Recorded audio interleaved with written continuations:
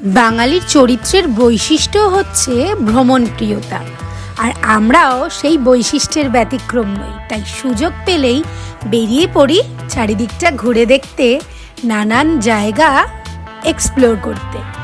আজ আমাদের উদ্দেশ্য পাত্রাতু ভ্যালি। নমস্কার বন্ধুরা, সুজিতের নেশা ব্লগে আপনাদের সবাইকে আবার স্বাগত। আমরা যে ডালমা ফরেস্ট ছিলাম সেখান থেকে আমরা এখন বেরিয়ে গেছি। নেক্সট গন্তব্য হচ্ছে পাত্রাতু ভ্যালি।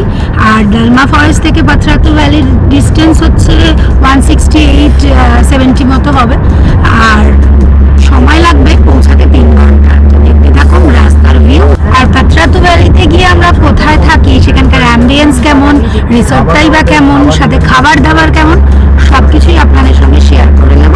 দেখতে থাকুন আমাদের ভিডিওটা, স্কিপ না করে। রাস্তায় যেতে যেতেই চোখে পড়ে গেল এই পদ্মবিলটা।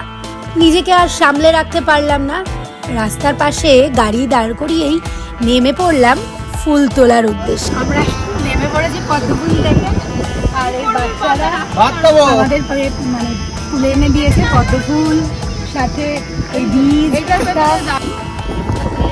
পদ্মর এই বীজগুলো, যার এইগুলো থেকে সেই মাখানা হয়, খায়।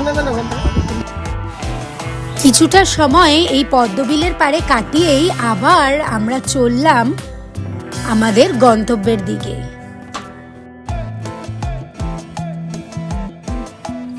এই ফাঁকা রাস্তা ধরে আমাদের গাড়ি এগিয়ে চলল ঝড়ের গতিতে। চলার পথে এলো ক্ষণিকের বিরতি ব্রেকফাস্টের উদ্দেশ্যে। পাত্রাতু ভ্যালি যাওয়ার পথে পেয়ে গেছে প্রচণ্ড খিদে, তাই আমরা দাঁড়িয়ে পড়েছি একটা রোড সাইড ধাবা, যার নাম রানওয়ে ধাবা। চলুন ভেতর থেকে দেখা যাক ধাবাটা কেমন। ধাবায় ঢুকেই আমি বসে পড়েছি এই দোলনায়, আর অ্যাম্বিয়েন্সটাও দারুণ, আমার তো বেশ ভালো লেগেছে। আপনাদের চলুন ঘুরিয়ে দেখিয়ে দিই অ্যাম্বিয়েন্সটা।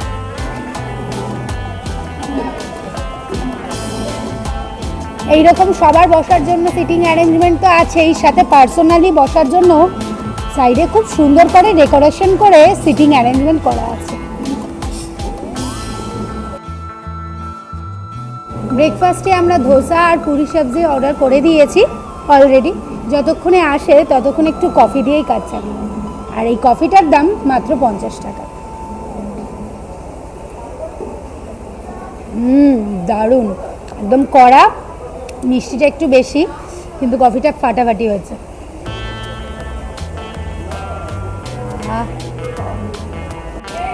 গরম যতই হোক, কফি বা চা ছাড়া বাঙালির ঠিক চলে না। আবার নিয়ে নিয়েছি ভাড়ের চা, কুল্লারওয়ালি চায়।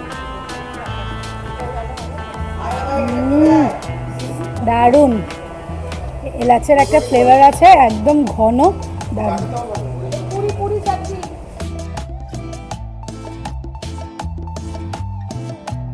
চলে এসছে আমাদের ব্রেকফাস্ট। এখানে রয়েছে 1 প্লেট পুরি আর সবজি, যার মধ্যে রয়েছে এরকম ফুলকো ফুলকো 4 পিস লুচি, সাথে এখানে রয়েছে এই চানা আর আলু দিয়ে একটা তরকারি, আর সাথে অর্ডার করেছি একটা প্লেন ধোসা, যার মধ্যে রয়েছে ধোসা, সাথে সাম্বার, আর এই যে এখানে রয়েছে নারকেলের একটা চাটনি। এবার দুটোই আমরা খেয়ে দেখে নিই টেস্টটা কেমন, আপনাদের সঙ্গে সেটা শেয়ার করে নিই। প্রথমেই এই ফুলকো ফুলকো লুচিটা, আর এখানে লুচি স্পেশালিটি কি, এর মধ্যে আটা মেশানো, তাই জন্য অতটা আনহেলদিও না। লুচিটা একদম সফট, আর তরকারিটা ঝাল ঝাল, বেশ ভালো লাগছে।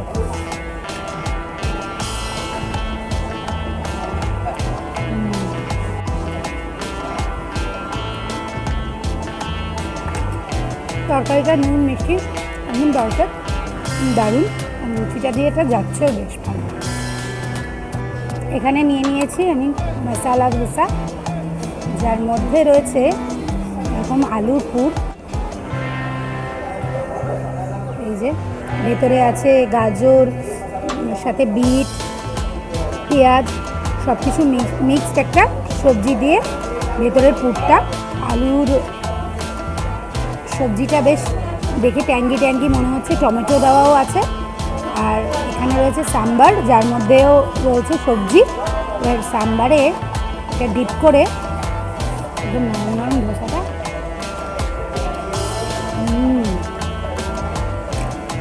সাম্বারের ফ্লেভারটা দারুণ, সব কিছুই একদম গরম, আর সাম্বারের একটা ট্যাঙ্গিনেস দারুণ লাগছে। আর তরকারিটাও সাথে নুন মিষ্টি ঝাল একদম পারফেক্ট। এবার এই চাটনিটা দিয়ে টেস্ট করে নিই ধোসাটা।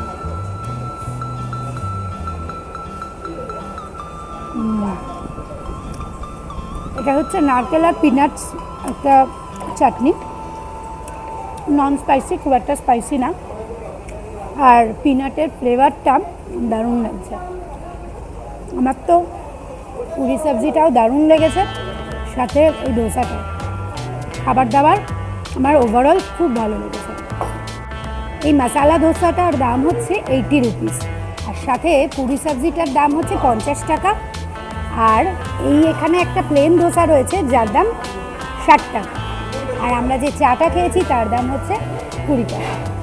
একটা রোড সাইড ধাবার যেরকম দাম হওয়া উচিত সেই রকমই দাম, খুব একটা বেশি দাম না। আর টেস্টে আমি বলবো অসাধারণ, আমার তো খুব ভালো লেগেছে।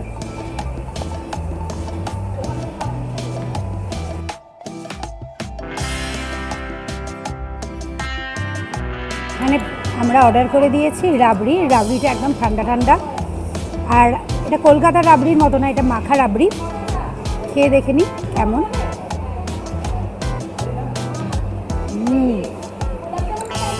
রাবড়িটা অসাধারণ খেতে, এটা সেই আমুল দুধের গন্ধ, আর রাবড়িটার মধ্যে সেই আমাদের কলকাতার রাবড়িতে যেমন সর ভাব থাকে সেটা না, একদম মাখা আর একদম চিল, দারুণ। আর মিষ্টিটা একদম কড়া নয় যে আপনার গা গুলিয়ে যাবে ওরকম না, মিষ্টিটা একদম ব্যালেন্সড, তো দারুণ লাগলো। আর এই এক বাটি রাবড়ির দাম হচ্ছে 50 টাকা। এবার নিয়ে নিয়েছি গোলাপ জামুন।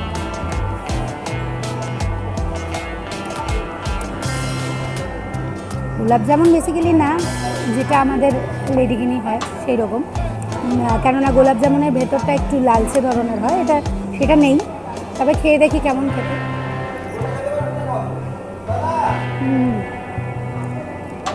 কড়া মিষ্টি আর ঠিকঠাক, একটু শক্ত লাগছে, ঠিকঠাক, খুব একটা যে ভালো কিছু তা নয়, মোটামুটি। রাবড়িটার তুলনায় ভালো না অবশ্যই, মোটামুটি যেটা আমাদের কলকাতায় নর্মাল লেডিকেনি হয় সেই রকম, কিন্তু খুব কড়া মিষ্টি। যারা বেশি মিষ্টি পছন্দ করেন তাদের জন্য একদম ভালো। আর এই গোলাপ জামুনের দাম হচ্ছে 20 টাকা করে। এবার যেটা করব, এই গোলাপ জামুনটাকে নিয়ে এই রাবড়ির সঙ্গে ডিপ করে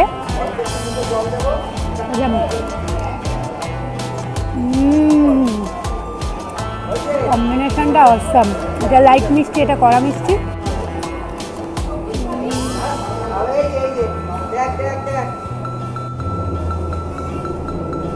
এই ধাবায় আপনি বাইরে তো বসতেই পারবেন, সাথে সাথে ভেতরেও কিন্তু সিটিং অ্যারেঞ্জমেন্টও রয়েছে, একসঙ্গে অনেক লোকের বসার ব্যবস্থা এখানে আছে, আর একদম কমফোর্টেবল। খাবার দাবার টেস্ট তো আপনাদের সঙ্গে শেয়ার করে নিয়েছি, তার সঙ্গে অ্যাটমসফিয়ারও। সাথে দেখুন এই রুমটাও কিন্তু খুব সুন্দর। আপনি চাইলে বাইরে বসেও এনজয় করতে পারেন, আপনি চাইলে এসি চালিয়ে এখানে বসেও আপনার ব্রেকফাস্ট, লাঞ্চ, ডিনার যা হোক এনজয় করতে পারেন। আমাদের ব্রেকফাস্ট কমপ্লিট, এবার উঠে পড়বো চটপট গাড়িতে আর চলে যাব আমাদের পাত্রাতু ভ্যালি, যেটা আমাদের নেক্সট ডেস্টিনেশন।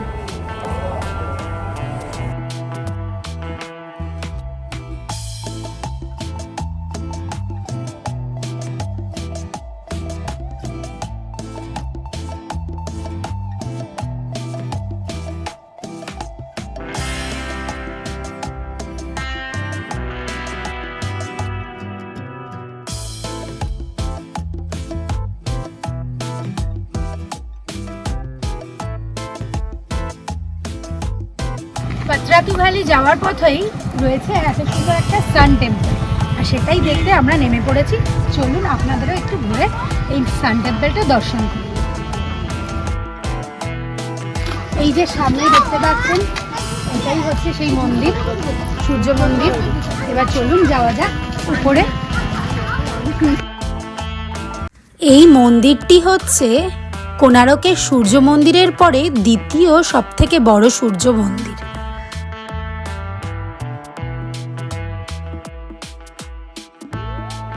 এই সূর্য মন্দিরটি তৈরি রথের আদলে, যেখানে রয়েছে 7টি ঘোড়া আর 18টি চাকা। দেখুন, চারিদিকটা ঘুরে দেখলেই আপনারা এই রথের চাকাগুলো দেখতে পাবেন।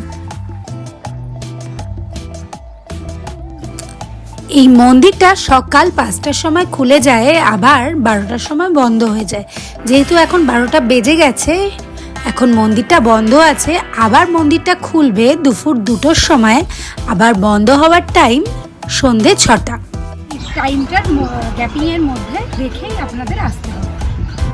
সূর্য মন্দির দর্শন করে এবার আমরা আবার বেরিয়ে পড়লাম আমাদের নেক্সট ডেস্টিনেশনের উদ্দেশ্যে। আমাদের নেক্সট ডেস্টিনেশন জোনা ওয়াটারফলস, যার দূরত্ব এই সূর্য মন্দির থেকে প্রায় 56 কিলোমিটার, আর যেতে সময় লাগবে 1.5 ঘন্টা।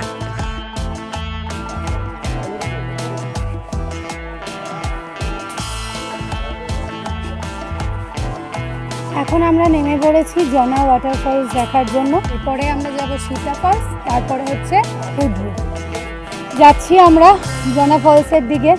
এখানে লোকাল লোকজনের থেকে জানলাম যে 1 ফোঁটাও জল নেই। সত্যি তো, এই গরমে জল থাকবেই বা কী করে। তবু চলুন ফলসের জায়গাটা দেখে আসি। আমরা দাঁড়িয়ে আছি এখন এই জোনা ওয়াটারফলসে। দেখুন চারিদিকটা, দেখতে তো সুন্দর লাগছে কিন্তু জলের বংশ নেই, একদম শুকনো। আমরা এসেছি জুন মাসে, 1 ফোঁটাও বৃষ্টি নেই, তাই জন্য ফলসগুলো একদম শুকনো। আপনারা যখন আসবেন আগস্ট বা জুলাই মাসে যদি বৃষ্টি হয়, এটা পুরোটাই জলে ভর্তি থাকে, আর সাথে ফলসটাও আপনারা সুন্দরভাবে উপভোগ করতে পারবেন। এরপরে আমরা দেখতে চলে গিয়েছিলাম সীতা ফলস, যার দূরত্ব এই জোনা ফলস থেকে 3.5 কিলোমিটার, আর সময় লাগবে মাত্র 6 মিনিট। আর রাস্তাটা তেমনি সুন্দর, চারিদিকটা পরিষ্কার, আর সোজা পিচের রাস্তা দিয়ে আমাদের গাড়ি আবার ছুটে চলল।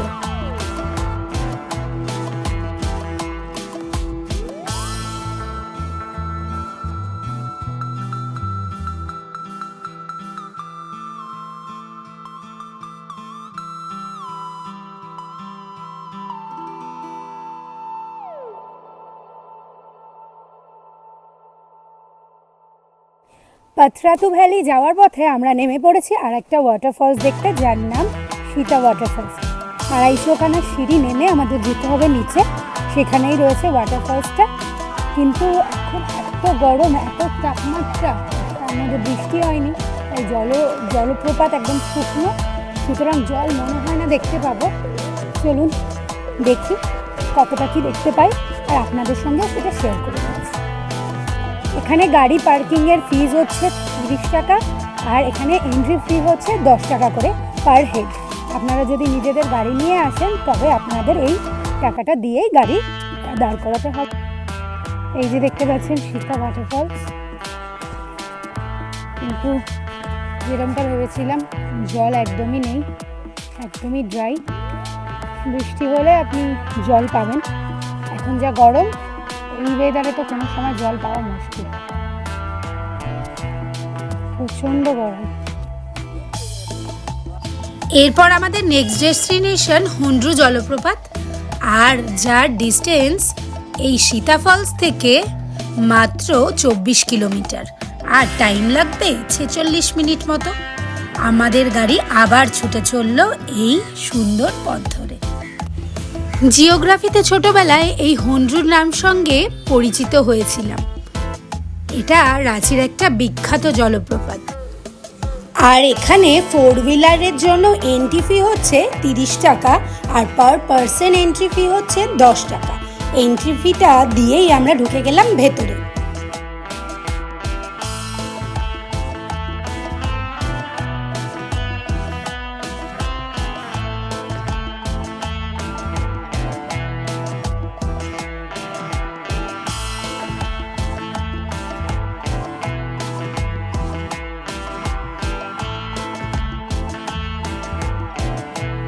আমরা এখন চলে এসেছি হুন্ডরু জলপ্রপাত অর্থাৎ হুন্ডরু ওয়াটারফলসে, যেটা হচ্ছে রাঁচির হাইয়েস্ট জলপ্রপাত। ওপাশটায় অল্প জল আছে, চলুন দেখি কতটা জল আছে। আর এটার হাইট হচ্ছে 322 ফিট। এটা কিন্তু ইন্ডিয়ার মধ্যে 32 হাইয়েস্ট ওয়াটারফলস। এখানে একটা ছোট ত্রিশূল দেওয়া একটা ছোট মন্দির আছে, আই থিঙ্ক শিব মন্দির হিসেবেই এখানে লোকাল লোকেরা পুজো করে। এখানে বলি দেওয়া হয়, দেখতেই যাচ্ছেন। এটা হচ্ছে ইন্ডিয়ার 34তম হাইয়েস্ট ওয়াটারফলস। ছোট্ট একটু জায়গা বেয়ে ওয়াটারফলসটা নামছে, খুব সামান্যই জল আছে। আর এর সোর্স অফ ওয়াটার হচ্ছে সুবর্ণরেখা নদী। আর এই ওয়াটারফলসটা নিচে নেমে গিয়ে ওখানটায় লেকটায় জমা হচ্ছে। দারুণ লাগছে ভিউটা এখান থেকে, অসাধারণ ভিউ, দারুণ।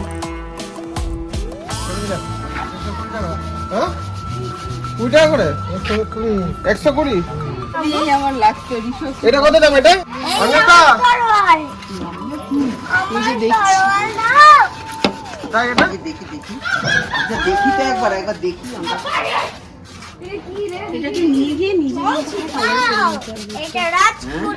হুন্ডরু জলপ্রপাত দেখে আমরা এবার বেরিয়ে পড়লাম আমাদের আসল গন্তব্যের দিকে।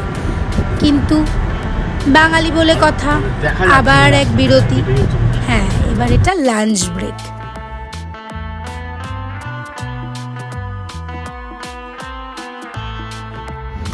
পাঁচরাতো ভ্যালি যাওয়ার পথে আবার দাঁড়িয়ে পড়েছি আমরা এই রেস্টুরেন্টের জন্য, যেটা হচ্ছে নিউ স্বর্ণরেখা রেস্টুরেন্ট। এটা হচ্ছে বারকাম রেস্টুরেন্ট। দুপুরে লাঞ্চ করা হয়নি ঘোরার জন্য, এখন বাজে 4:30। এখন যাবো আমরা ভেতরে আর করে নেবো লাঞ্চ। আর এখানে কী কী পাওয়া যায়, এর টেস্ট কেমন খাবারের, সাথে এই ডিশগুলোর দামই বা কেমন, সব কিছু আপনাদের সঙ্গে শেয়ার করব।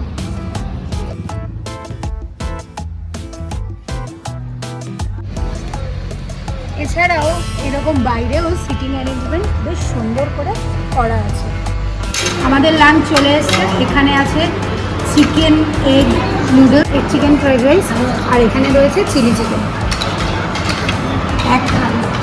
এক প্লেটে রয়েছে 12 পিস চিলি চিকেন, এইরকম সাইজের ছোটো পিস।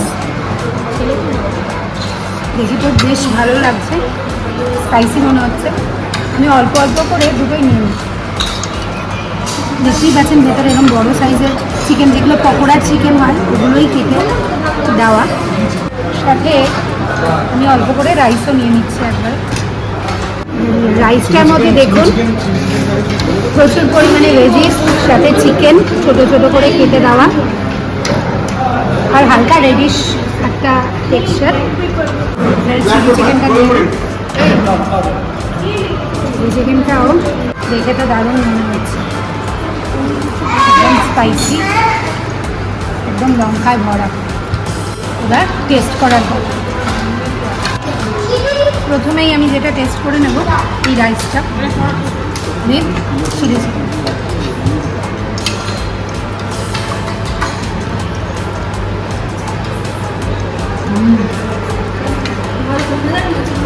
রাইসটা দারুণ, সাথে চিলি চিকেনটা স্পাইসি, একটা হালকা টক ভাব আছে, দারুণ। এরকম গোটা গোটা লঙ্কা দেওয়া। চিকেনটা দেখুন ছোট পিস কিন্তু একদম সফট,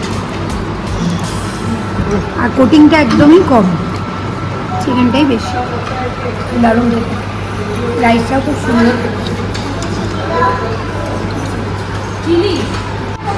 ফ্লেভারটা একদম পারফেক্ট, নুন মিষ্টি ঝাল সব একদম ব্যালেন্স। তো রাইসটা দারুণ লেগেছে উইথ চিলি চিকেন। এবার একটু নুডলসটা ট্রাই করে নেব।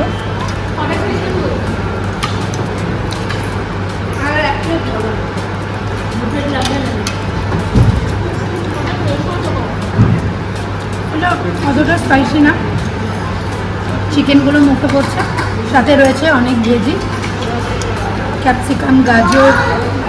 এখানে চিকেনের পিসগুলো বেশ বড় বড়, খেতে বেশ ভালো। আর চিকেনের গ্রেভিটা দিয়ে দারুণ লাগছে।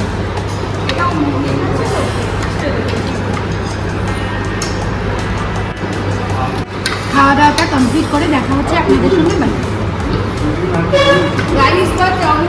খাওয়া দাওয়া কমপ্লিট। লাঞ্চের পরে একটু মিষ্টি মুখ না হলে হয়, তাই নিয়ে নিয়েছি এই কেসার কুলফি, ললিকের কেসার কুলফি। যা গরম, খাওয়া দাওয়ার পরে একটু আইসক্রিম তো বানতা है। কেসারের ফ্লেভার সাথে নাটস, দারুণ খেতে। একটা আইসক্রিম কমপ্লিট করে আবার আরেকটা নিয়ে নিয়েছি, নাটি রোল।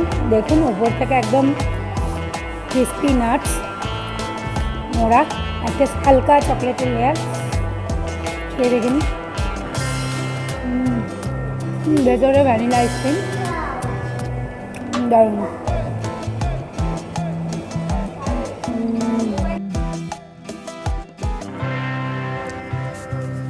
এখানে এসি ডাইনিং হলের সাথে সাথে কেবিনেরও ব্যবস্থা আছে।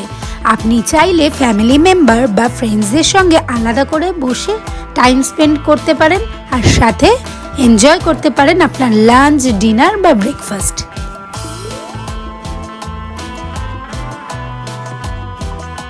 খাওয়া দাওয়া কমপ্লিট, আইসক্রিমও কমপ্লিট, সব কমপ্লিট। এবার সোজা গাড়ি আর যাব আমাদের রিসর্ট, পাত্রাতু ভ্যালি রিসর্ট।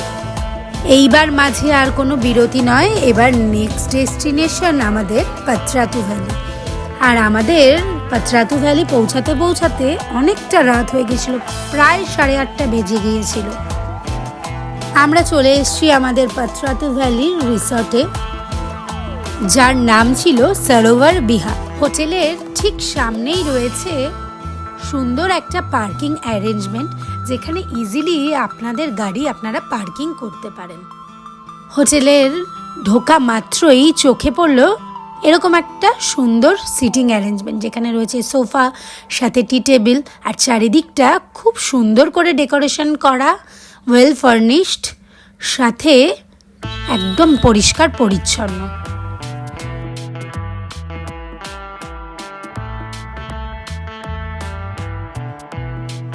দেরি না করে চটপট চলে যাব আমাদের রুমে। আমাদের রুমটা ছিল ফার্স্ট ফ্লোরে, আর রুমের নাম্বার ছিল 103। আমাদের ছিল একটা ডরমেটারি রুম, যেখানে ছিল 9টা এরকম সিঙ্গেল বেড, সাথে ছিল এসির সুবিধা। এখানে ছিল 2টো এসি, সাথে ফ্যান, আর এরকম একটা এলইডি টিভি, যেখানে ছিল কেবল লাইনের সুবিধা। আর রয়েছে এইরকম পরপর 3টে ওয়ার্ড্রপ, আর ওয়ার্ড্রপের জায়গাটা ছিল বেশ স্পেসিয়াস, প্রচুর পরিমাণে জিনিস ধরার মতো এখানে এনাফ জায়গা ছিল। সাথে ছিল অ্যাটাচ বাথরুম। ডরমিটারি হলে আমাদের সবার আগে যেটা চিন্তা হয় বাথরুম নিয়ে, কিন্তু এখানের বাথরুমটা বেশ ইউনিক। এখানে ওয়াশ বেসিন যেমন ছিল বাইরে, তেমনি আলাদা আলাদা পোর্শন করে ইন্ডিয়ান, ওয়েস্টার্ন, সাথে ওয়াশরুম, আর ওয়াশরুমটা ছিল বেশ পরিষ্কার পরিচ্ছন্ন। সাথে এখানে লিফটের ব্যবস্থাও ছিল।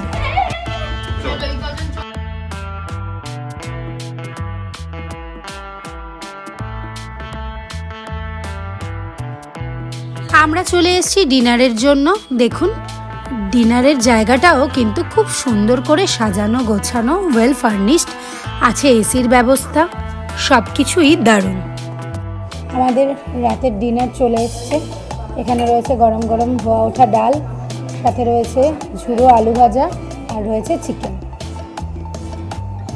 ডালটা গরম গরম ভাতে দিয়ে একটু খেয়ে নিই, প্রচণ্ড গরম। ঝুড়ো আলু ভাজা দিয়ে ডাল,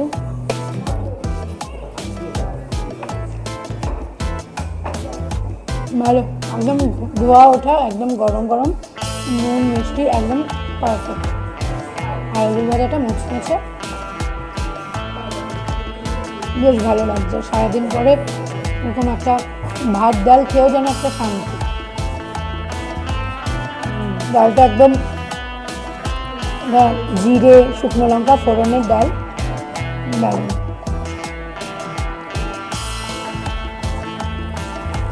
এবার নিয়ে নেব চিকেন। দেখুন চিকেনের গ্রেভিটা একদম লাল লাল, সাথে এরকম সাইজের বড় বড় চিকেনের পিস। এখানে কোনো চিকেনের গ্রেভিতে কোথাও আমি আলু পাই না, আলুটা হলে মনে হয় বেটার হতো, তো যাই হোক যেখানে যেরকম পিস নিয়ে নিই। এবার খেয়ে দেখে নিই এটার টেস্টটা কেমন। চিকেনটা দেখুন একদম সফট, করলে পরেই চলে আসছে। আর গ্রেভিটা এবার টেস্ট করে নিই।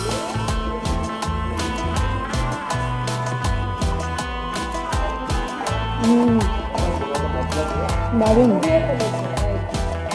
একটু হালকা মিষ্টি মিষ্টি ভাব আছে, নুনটা একদম ব্যালেন্সড, ঝালটা ঠিকঠাক, খুব বেশিও না খুব কমও না, আর চিকেনটা তো একদম সফট, দারুণ, একদম ঘরোয়া ঝোলের মতো।